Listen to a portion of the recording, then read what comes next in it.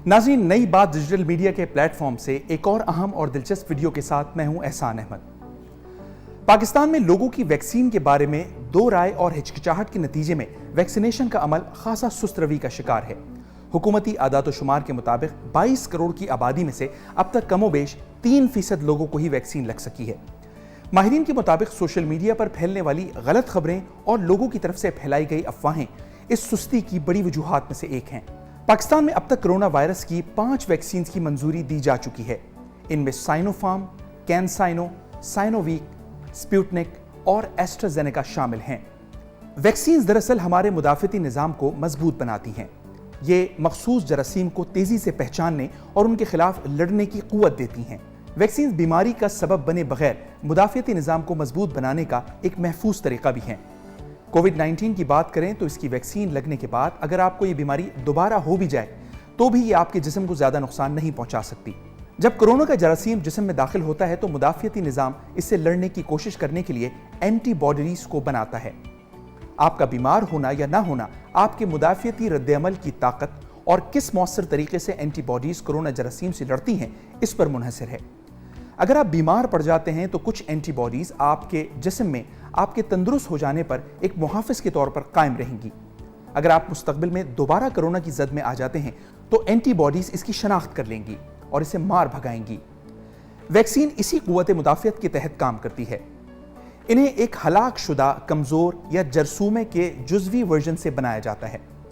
जब आप कोई वैक्सीन लगवाते हैं तो ये जरासीम बड़ी तादाद में मौजूद नहीं होते, लेकिन ये अपने खिलाफ जिस्म में आपकी क़ुव्वत मुदाफ़ियत के ज़रिए एंटीबॉडीज़ पैदा करवाने के लिए काफ़ी होते हैं। इसके नतीजे में आप बीमार हुए बगैर बीमारी के खिलाफ मुस्तक़बिल का तहफ़्फ़ुज़ हासिल कर लेते हैं।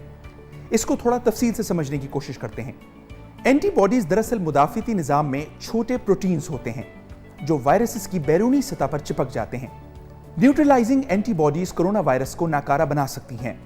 न्यूट्रलाइजिंग एंटीबॉडीज़ वो एंटीबॉडीज़ होती हैं जो किसी भी पैथोजन या जिस्म के लिए नुकसानदेह चीज़ को बेअसर करके खलियों को महफूज रखती हैं।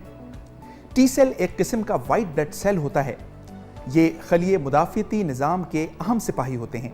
ये जिस्म में मौजूद ऐसे खलियों को ढूंढ कर तबाह कर देते हैं जो वायरस से मुतासर हो चुके होते हैं।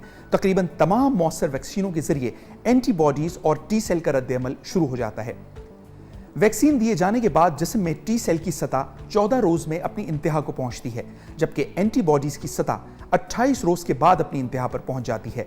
इस ताज़ा तहकीक को अभी इतने दिन नहीं हुए कि ये मालूम हो सके कि वैक्सीन के नतीजे में टी सेल और एंटीबॉडीज़ के बनने का सिलसिला कब तक बरकरार रह सकेगा।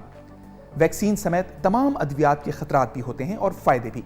बिलुमूम अगर कोई ज़िमनी असरात हों तो वो हल्के होते हैं और उनकी तरफ से चंद दिन रहने का इम्कान होता है।